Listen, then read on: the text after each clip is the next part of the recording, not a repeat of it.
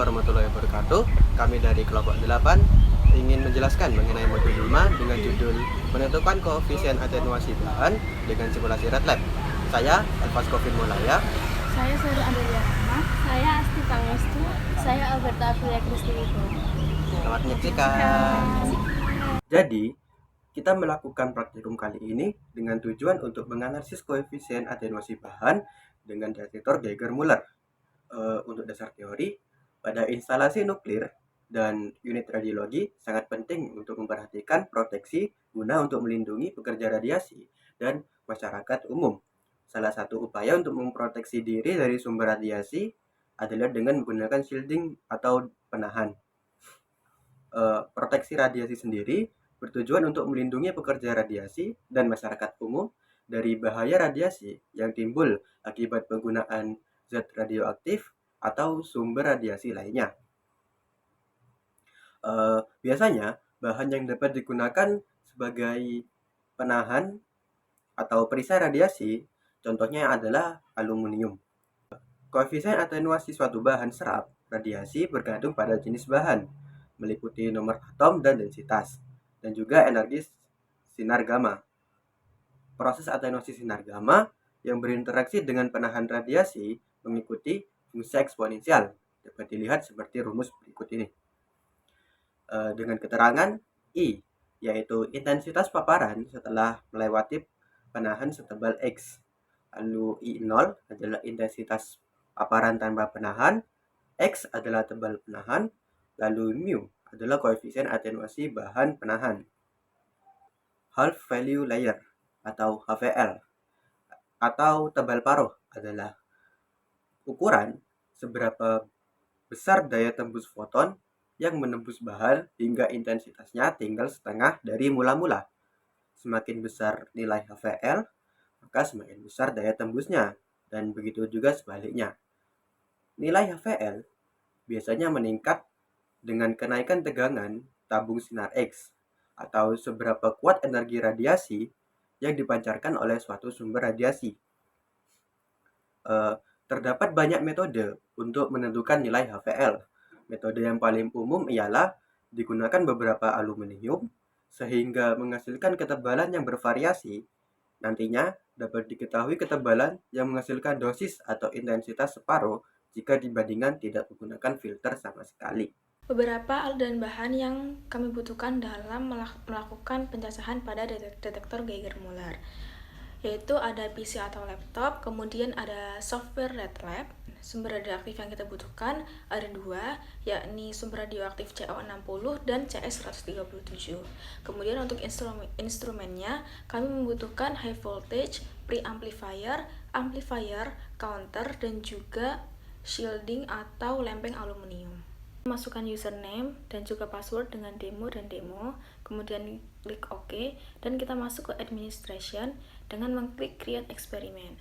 Kita memilih sumber radioaktif dan juga instrumen yang tadi kita sebutkan pada alat dan bahan, dan mengisi eksperimen name dan juga eksperimen sheet as text dengan tujuan pencacahan ini. Kemudian kita masuk ke halaman, mengklik file dan juga select eksperimen dengan memilih eksperimen yang tadi kita buat, biasanya di paling bawah karena paling baru, dan kemudian kita menata instrumen pada halaman dengan masukkan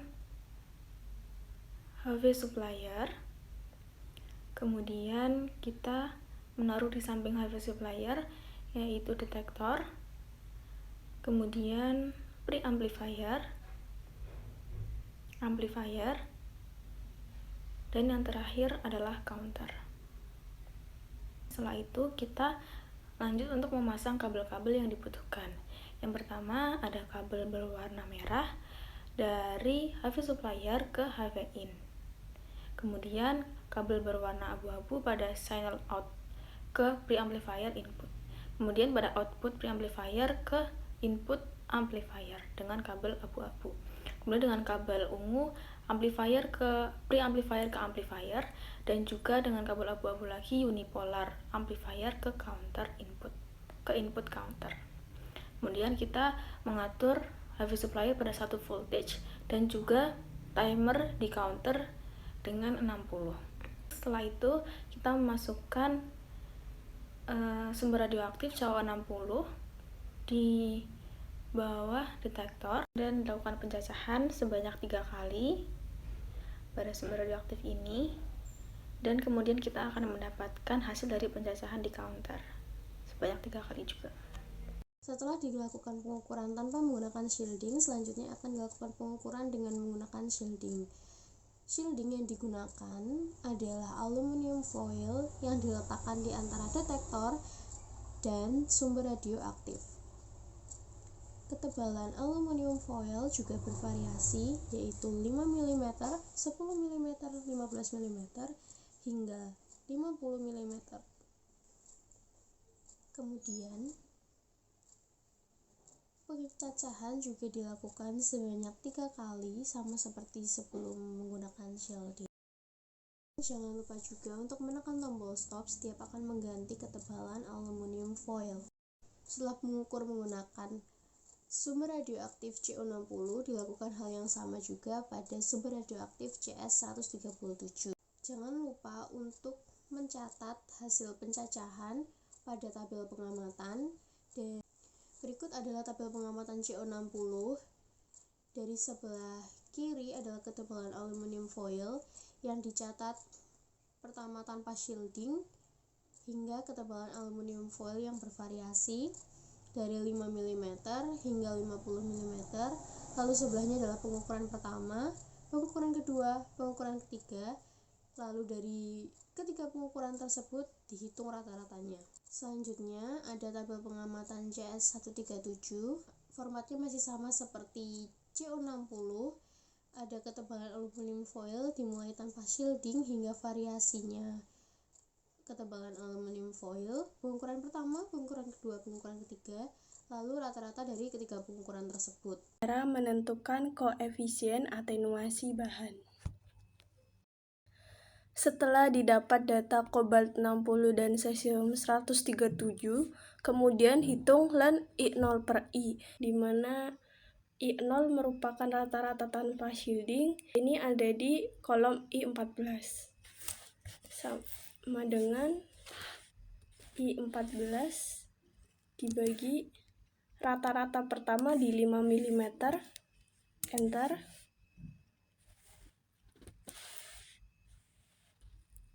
Lakukan hal yang sama, I14 dibagi 10 mm,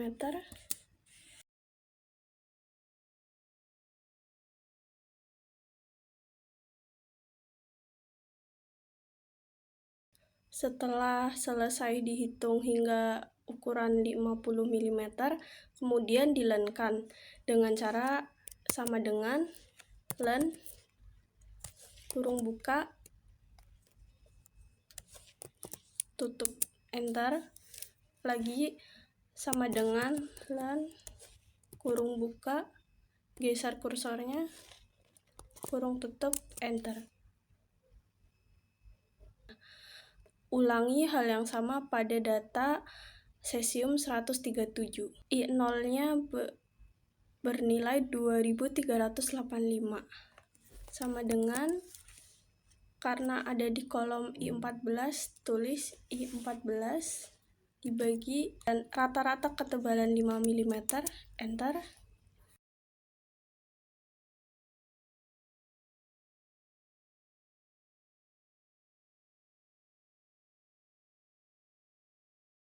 Karena angka di belakang desimal sangat banyak, ini dirapikan agar di belakang koma hanya ada 2 angka. Caranya klik kanan dan format cell, kemudian di number.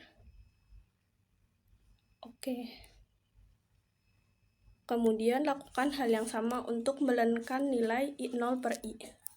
Sama dengan len kurung buka, geser kursornya, kurung tutup enter, sama dengan len kurung buka, geser kursornya, kurung tutup enter.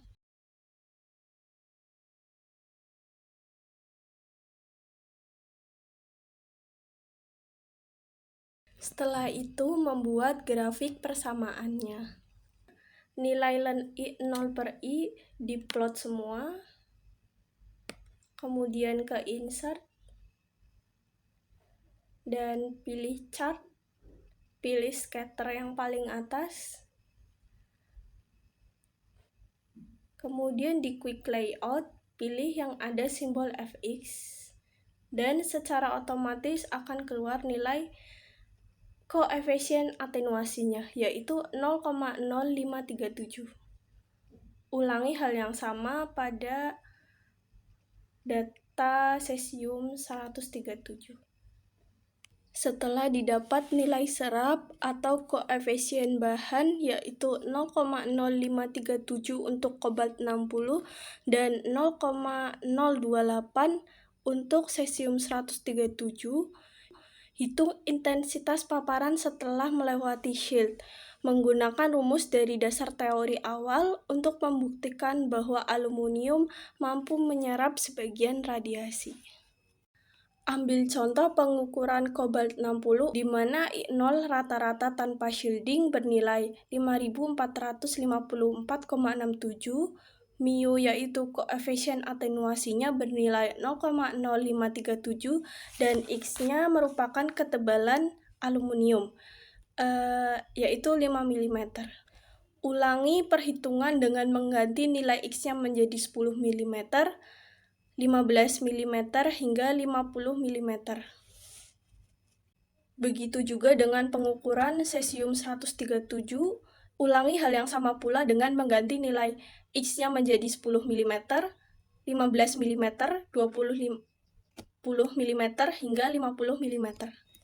Setelah dicatat hasil semua perhitungannya, kemudian taruh di Excel untuk membuat grafiknya.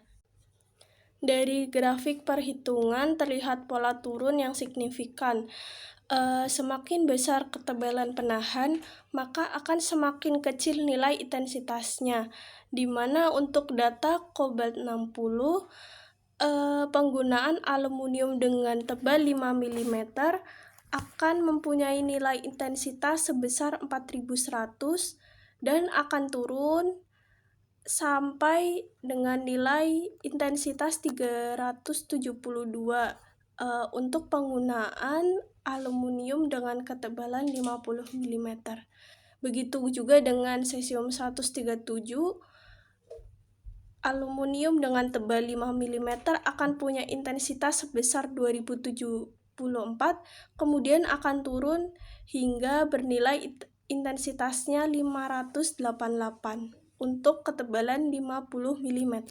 Dari pencacahan dengan shielding maupun tanpa shielding yang telah kami lakukan, dapat disimpulkan bahwa semakin tebal penghalang yang digunakan, maka akan semakin kecil cacahan atau intensitas yang tertera pada counter.